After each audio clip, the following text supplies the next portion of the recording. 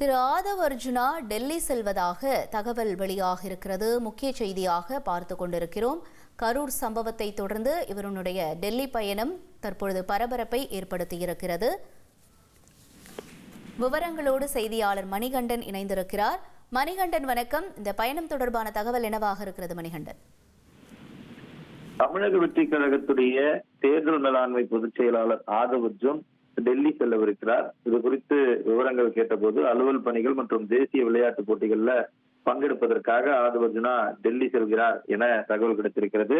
October 4ஆம் தேதி உத்தரகாண்ட்ல 55வது sub junior basketball championship போட்டிகள் துவங்கவிருக்கிறது. அது மட்டுமல்லாமல் பாஸ்கெட் பால் அசோசியேஷனுடைய தேசிய பொறுப்புல அவர் இருப்பதன் காரணமாக அதற்கான பணிகளை முன்னெடுப்பதற்காக அவர் டெல்லி செல்கிறார் என ஆதவ் அர்ஜுன் தரப்பிலிருந்து விளக்கம் தெரிவிக்கப்பட்டிருக்கிறது. ஒருபுறம் இந்த கரூர் சம்பவத்திற்கு பிறகாக அவர் நேற்று முன்தினம் வெளியிட்ட ட்வீட் சம்பந்தமாக 5 பல்வேறு வழக்குகளின் கீழே அவர் மீது வழக்கு பதிவு செய்யப்பட்டிருக்கிறது. அவர் மீது விளக்கங்கள் கேட்டு கரூர் போலீசார் அவரது இல்லம் விரைந்திருக்கின்றனர். விளக்கங்கள் கொடுக்கப்பட்டு வரக்கூடிய சூழல்ல அவரது டெல்லி வருகை அரசியல் குறித்தான வருகையா என்ற கேள்வியும் எழுந்திருக்கிறது. இருந்தாலும் அவர் தரப்பு விளக்கத்தை பொறுத்தவரையில் அலுவல் பணிகள் மற்றும் தேசிய விளையாட்டு போட்டிகள்ல பங்கெடுப்பதற்காக அவர் டெல்லி செல்வதாக முதற்கட்டமாக தெரிவிக்கப்பட்டிருக்கிறது.